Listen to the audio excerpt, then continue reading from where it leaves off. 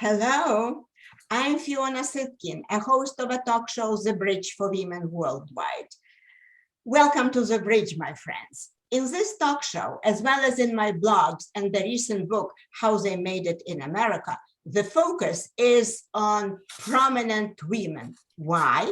Because I would like all the people, especially women, to hear their stories and up their own lives using excellent ideas and blueprints. And the topic today is a woman who desires more writes a memoir. We are starring Linda Summersey today. She is an author, speaker, art educator, traveler, and company founder, and more. You will hear a story of a remarkable person who uplifted herself from a small town girl to a successful art educator and entrepreneur.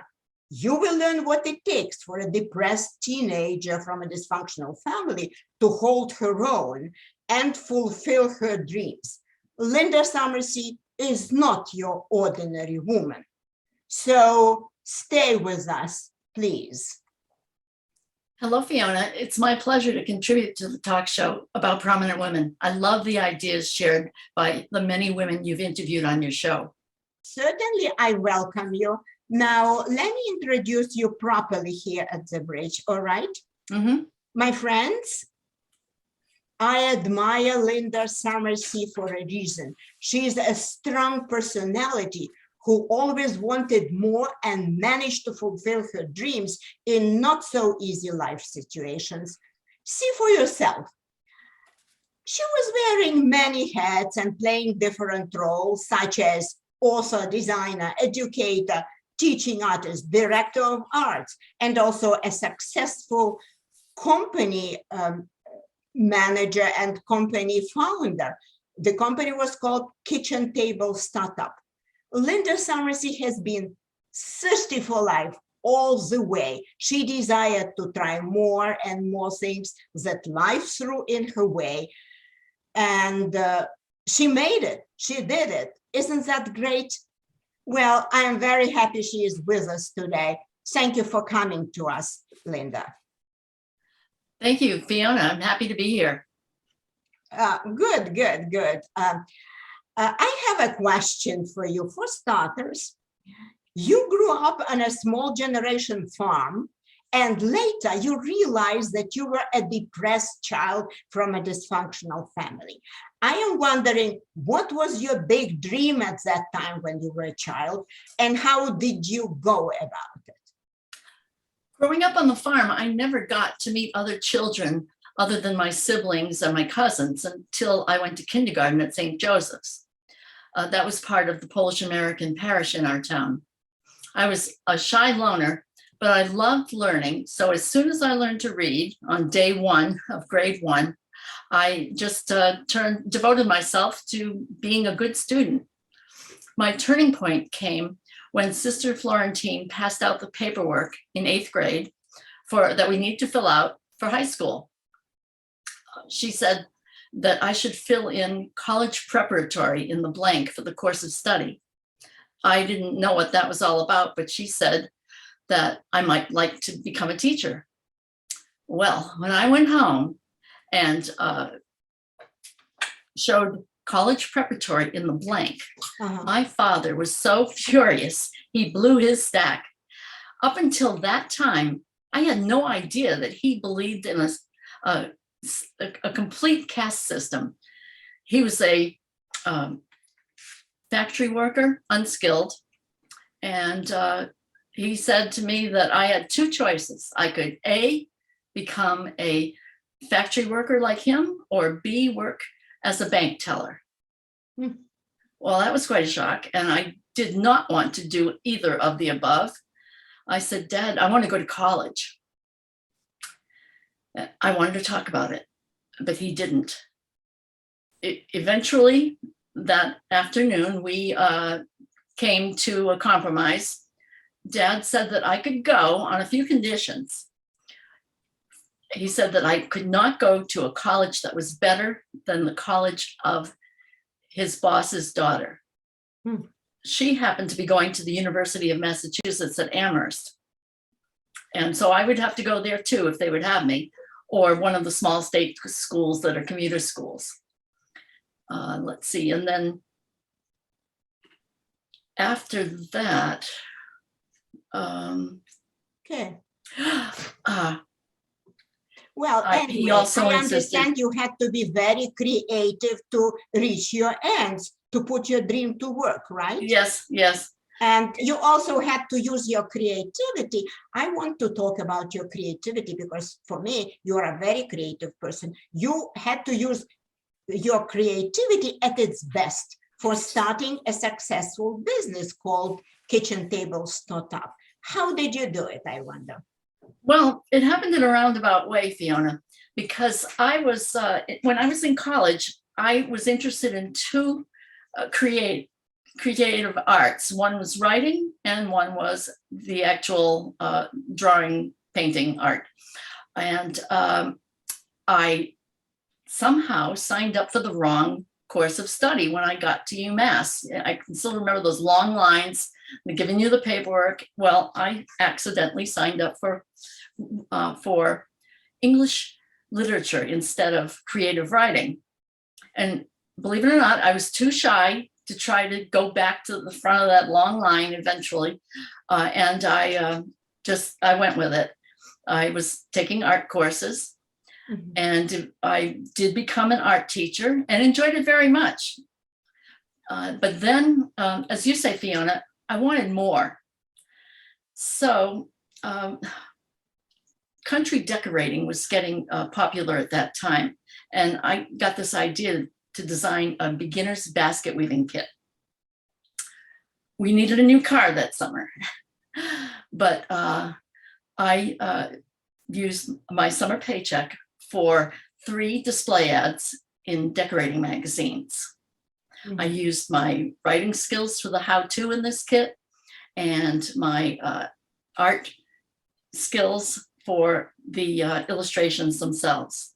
Mm-hmm. Now we had to wait 90 days to get a response because that's how long it took for it to get on the newsstand.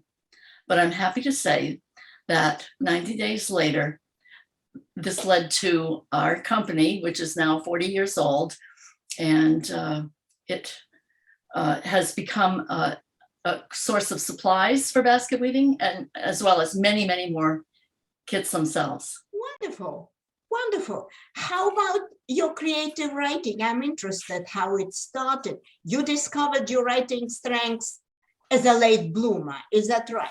So late blooming. Well, when I was beginning to travel more, I kept writing some small things, and I was fortunate to have some travel articles published in travel magazines. But one day I heard an NPR interview with Frank McCourt, who wrote Angela's Ashes, his memoir of growing up in Limerick in Ireland. And I found that I had a number of things that I could identify with him. He said, and I wish I could do his Limerick accent because it's so right on. He said, of course it was a dreadful childhood. A memorable childhood wouldn't be worth its while. And anyway, that day, not that day, but that week, I signed up for a writer's course. I decided that I was going to write my memoir. Yeah. And so here I am, let's see, 7 drafts and a complete developmental edit in the middle of it. And I have something that my manuscript is something I can be proud of, and looking for an agent. Yeah, thank you. I agree with you 100%. Well, let us shift a topic a little bit. I would like to discuss immigration with you. You are a 3rd generation immigrant with your grandmother coming to America from Poland, Europe, all alone at a young age. You dedicated to her your upcoming memoir, The Girl with a Black and Blue Doll. What is the message, I wonder? Are you saying we need to know more and care more about our roots, or what?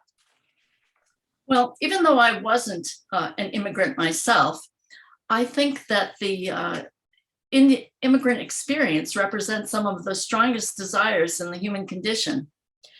The desire to find a place where, we can do well and be happy. In my grandmother's case, Babci was only 17 years old, so she really had to be brave to go on this ship, the steamship Finland, from Antwerp all the way to Ellis Island. I'll always remember the stories that she told me in her kitchen as we drank red rose tea.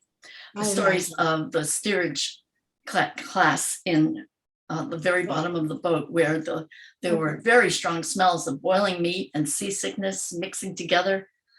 And Babci said it was "niet dobrze, dobrze," not good. Yeah.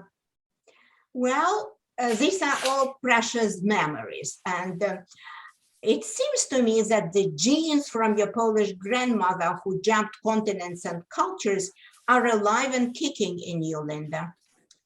Why? Because just like her, you want more. You love to travel and discover the new lands. What was your most memorable travel? Could you tell? Yes. I think my grandmother would be very pleased. I was always craving seeing what's over the hill. And so when my husband and I married, we went to Morocco and drove the entire country of Morocco for our honeymoon. In Fez, we hired an official government licensed guide. So he took us all over, and we really learned to love the country. It was wonderful and beautiful, and the people were very good to us. In fact, as I recall, in 1975, there was a billboard at the entrance on the highway to Fez, and it said in French and English, "You are welcome in our country." That's a very good sentiment. Let's see. Wonderful, wonderful. Thank you. Let us talk now about one of your fascinating quotes. Here it is, my favorite. "I have always loved wild places." And let me ask you why. Where does this come from? Your insatiable desire for more, huh? Yes, it comes from my early life. And as you've just read the epigraph, I have always loved wild places. I grew up on a 3-generation 100-acre farm where my siblings and I were put out to pasture early. We crawled on our bellies in our stick forts and grazed on wild strawberries until the cows came home. In actuality, in truth, my mother just about every summer morning put us kids out of the house and locked it. I was the oldest, I was 6 years old. So I was in charge of taking care of the younger siblings. And we wandered all over those 100 acres, fields, pastures, the orchard, even the tool shed, which is my favorite because it had all this steampunk equipment in it. We went down to the ponds. That was nice. These are nice memories, Linda. So Yes. It's amazing that you've got a taste of travel and then you wanted more. By the way, many prominent women who I interviewed for my recent book also had this desire for more, like yourself. And this desire for more was an engine that drives them to success. It's their brand, in fact. And yours too, for that matter. Yeah, it's nice. Now, let us talk about the values. Let's discuss the values because I believe you pay a lot of attention to values, both in your life and writing. And I love it. It's a sign of a great author. It's a sign of an outstanding woman, if you ask me. Let us discuss the values that helped you become you. As you may know, my book, How They Made It in America, describes 7 common success values that helped my women in the book to move up in America. Could you kindly say which of these values are closest to your heart, which helped you? I found your book's definitions of success values to be an important topic. For me, perseverance was important because it takes a lot of perseverance to carry on and believe in yourself and develop those high character traits that you want to do, but instead you're being blocked within your own family. But once I realized that